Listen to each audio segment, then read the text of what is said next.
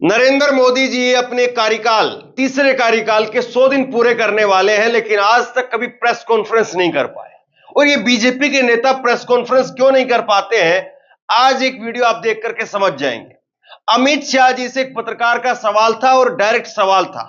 अमित शाह जी आए थे मोदी सरकार के तीसरे कार्यकाल के 100 दिनों की उपलब्धियां बताने के लिए। जब एक पत्रकार ने उनसे डायरेक्ट सवाल किया कि रवनीत बिट्टू आपके केंद्र का मंत्री वो नेता प्रतिपक्ष राहुल गांधी को आतंकवादी बता रहा है, नंबर 1 आतंकवादी बता रहा है, आप देश के गृह मंत्री हैं, क्या जवाब देंगे?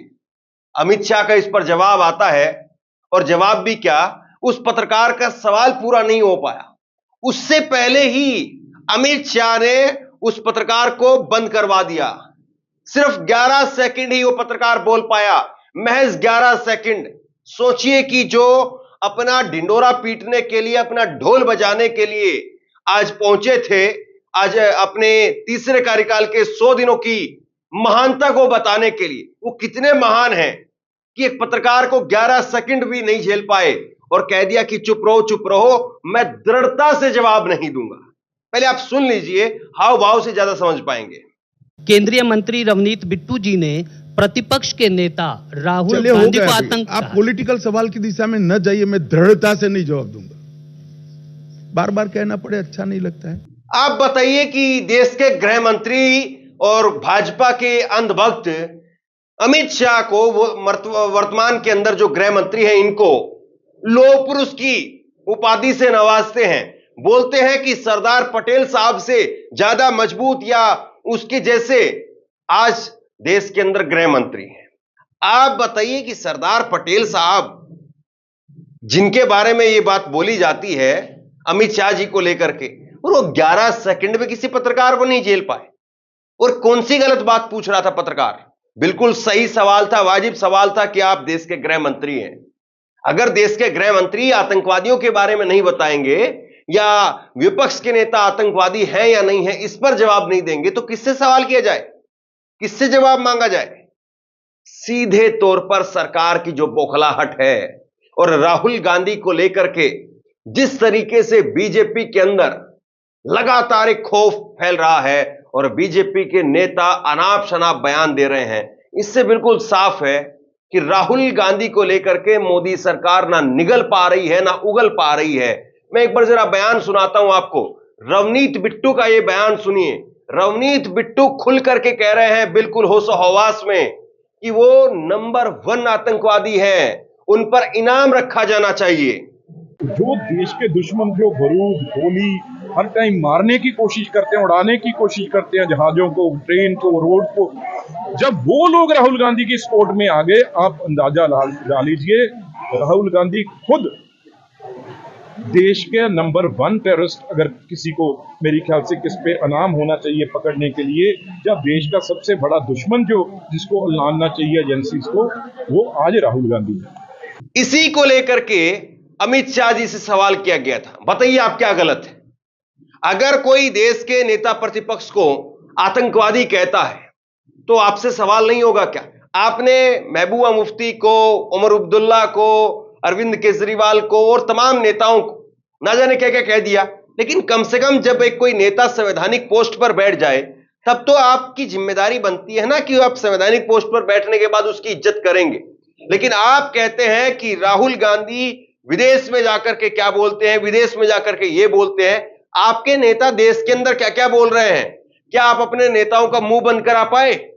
सीधा सा सवाल यह है कि ये फिर आखिरकार किसके इशारे पर हो रहा है? कम से कम अमित शाह जी को इतना ही जवाब दे देना चाहिए था कि हम सहमत नहीं हैं, या उनका जो बयान है वो एक राजनीतिक बयान है, इससे ज्यादा कुछ नहीं है। कम से कम वो खंडन तो कर ही सकते थे, लेकिन देखिए कैसे पत्रकार का मुंह बंद करवाया गया। केंद्रीय मंत्री रवनीत बिट्टू जी ने प्रतिपक्ष के नेता राहुल गांधी को आतंक। आप पॉलिटिकल सवाल की दिशा में न जाइए, मैं दृढ़ता से नहीं जवाब दूंगा। बार बार कहना पड़े अच्छा नहीं लगता है। कांग्रेस अब रवनीत बिट्टू को लेकर के और राहुल गांधी की सुरक्षा को लेकर के चिंतित है। और तस्वीरें जरा आप ये देखिए, रवनीत बिट्टू के घर पर कांग्रेस के कार्यकर्ताओं का गुस्सा फूटा। कांग्रेस के कार्यकर्ता रवनीत बिट्टू की फोटो लेकर के पहुंच गए और रवनीत बिट्टू के चेहरे पर उन्होंने जूते मारने का काम किया। तस्वीरें देखिए आप। रवनीत बिट्टू मुर्दाबाद मुर्दाबाद मुर्दाबाद रवनीत बिट्टू मुर्दाबाद मुर्दाबाद मुर्दाबाद यूथ कांग्रेस जिंदाबाद जिंदाबाद जिंदाबाद राहुल गांधी जिंदाबाद जिंदाबाद जिंदाबाद गांधी जिंदाबाद जिंदाबाद जिंदाबाद शर्म नहीं है तो डूब मरो रवनीत बिट्टू मुर्दाबाद मुर्दाबाद मुर्दाबाद यूथ कांग्रेस जिंदाबाद जिंदाबाद यूथ कांग्रेस जिंदाबाद। इसके बाद सुप्रिया सुनेत ने मोर्चा खोला और सुप्रिया सुनेत ने कहा कि हम राहुल गांधी की सिक्योरिटी को लेकर के हम ढिलाई नहीं बरत सकते हैं। राहुल गांधी को जान से मारने की धमकी सुनकर चुप रहना नामुमकिन है, क्योंकि मुझे भाजपाइयों पर रत्ती भर भरोसा नहीं है। इसीलिए वक्त है डटकर इनका सामना करने का, क्योंकि इनका जो इतिहास है वो बहुत काला, बहुत घृणित है। ये वही लोग हैं जिनकी आरएसएस ने महात्मा गांधी की हत्या करवाई थी। ये वही लोग हैं जो हर साल महात्मा का पुतला बनवाते हैं, उस पर गोलियां चलाते हैं। ये वही लोग हैं जो सुबह से शाम तक इसी फिराक में घुमा करते हैं कि कहां पर नफरत फैलाएं, कहां पर हिंसा भड़काएं। और इन सबको नरेंद्र मोदी की मौन स्वीकृति, और स्वीकृति हो क्यों ना, नरेंद्र मोदी भी तो आरएसएस की नफरत की उसी पाठशाला से निकले हैं। ये जो अपराधियों का झुंड है, ये सुबह से शाम तक इसी फिराक में घुमा करता है कि कहां पर दो समुदायों को टकराया जाए, कहां पर उनमें वैमनस्य फैलाया जाए, कहां पे दंगे भड़काए जाए, कहां पर नफरत की आग फैलाई जाए। तो ये जो बीजेपी के गुर्गे भौंक रहे हैं, ये ऐसे ही नहीं भौंक रहे हैं, ये अधेल कायर असल में डरे हुए हैं, क्योंकि राहुल गांधी ने इनके असली चेहरों को बेनकाब कर दिया है। क्योंकि राहुल गांधी ने हर जन विरोधी इनके कानून के सामने चट्टान बन के खड़े होने का मन बना लिया है। क्योंकि राहुल गांधी ने इनके सियासी मंसूबों पर पानी फेर दिया है। लेकिन अरे कायर लीचड़ों, राहुल गांधी को तुम्हारी इन तुच्छी हरकतों और शब्दों से लेश मात्र भी फर्क नहीं पड़ता है। तुम तिलचट्टे जैसी अपनी बातें कहते रहो, लेकिन एक बात याद रखना, राहुल गांधी में शेर का कलेजा है। कभी आजमाना तो आ जाना, नतमस्तक होकर जाओगे। पर एक बात और याद रखना, ये देश चुप नहीं रहेगा, ये देश मूक दर्शक नहीं रहेगा। तो नरेंद्र मोदी जी, अपने पालतू जानवरों को काबू में कीजिए। इस बार आप गलत आग भड़का रहे हैं, क्योंकि आप नहीं रहिएगा, हम नहीं रहेंगे, ये देश रहेगा। और आपकी नफरत और हिंसा को हम कतई सफल नहीं होने देंगे। आप जब जब नफरत और हिंसा की आग भड़काइएगा, हम मोहब्बत के ठंडे पानी से उसे बुझाएंगे, क्योंकि इस देश में मोहब्बत का लीडर तो एक ही है, और वो राहुल गांधी है।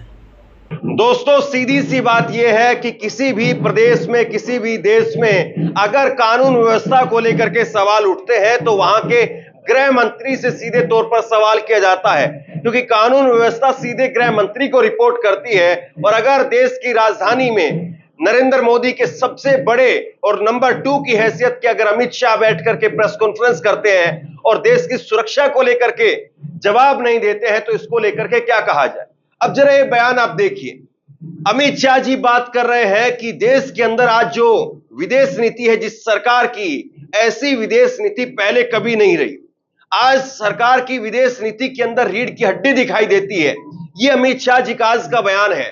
कमाल की बात यह है दोस्तों, अभी 2 दिन पहले ही एक फोटो वायरल हुआ, जिस विदेश नीति का हवाला देते हुए अमित शाह जी इतनी बातें कह रहे हैं।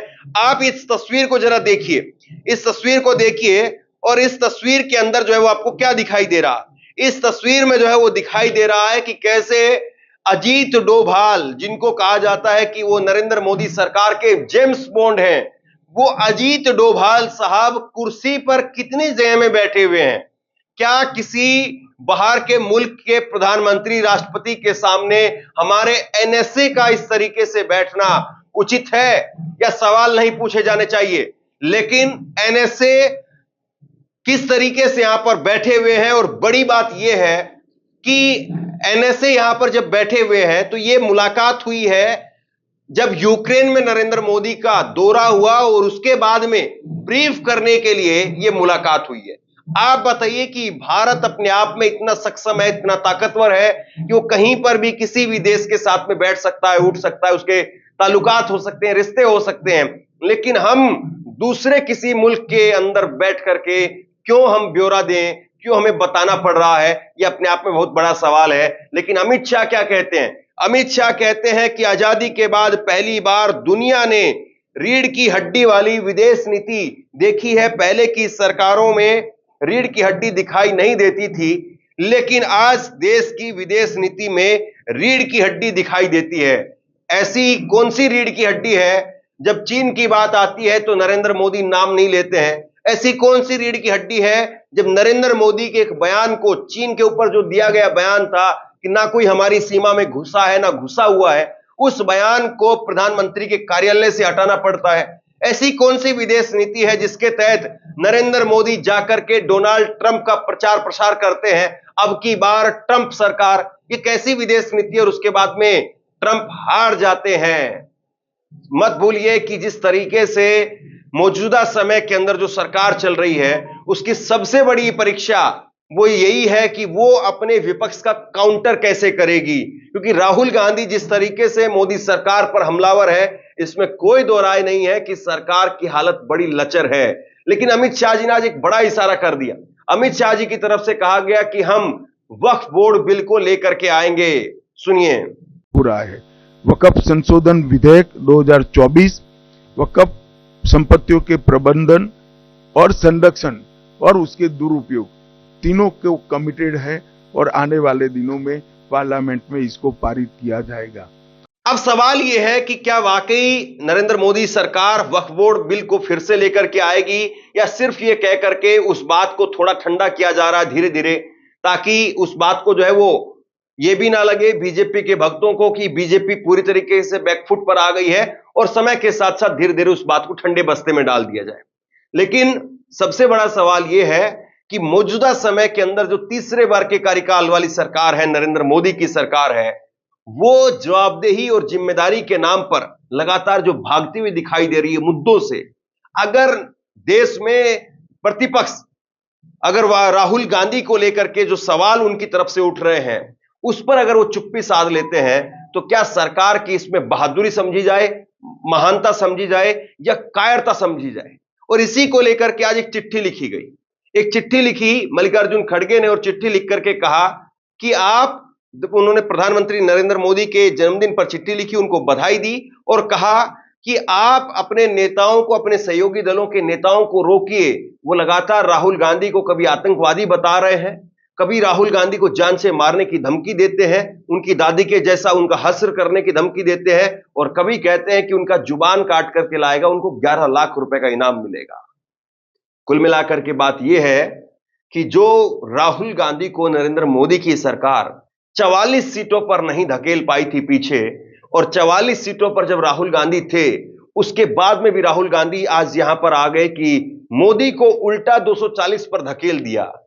क्या राहुल गांधी को अब बीजेपी कमजोर कर पाएगी या बीजेपी दबा पाएगी? अमित शाह जी ने जिस तरीके से डायरेक्ट सवाल पूछा गया राहुल गांधी को लेकर के, उस पर जो चुप्पी साध ली और कहा कि दृढ़ता के साथ जवाब नहीं दूंगा, इसको आप कैसे देखते हैं? नीचे कमेंट बॉक्स में लिख करके जरूर बताइए। इस वीडियो को शेयर कीजिए और इसी तरह की तमाम खबरों के लिए ऑनलाइन न्यूज इंडिया को सब्सक्राइब कीजिए। आपका बहुत बहुत धन्यवाद।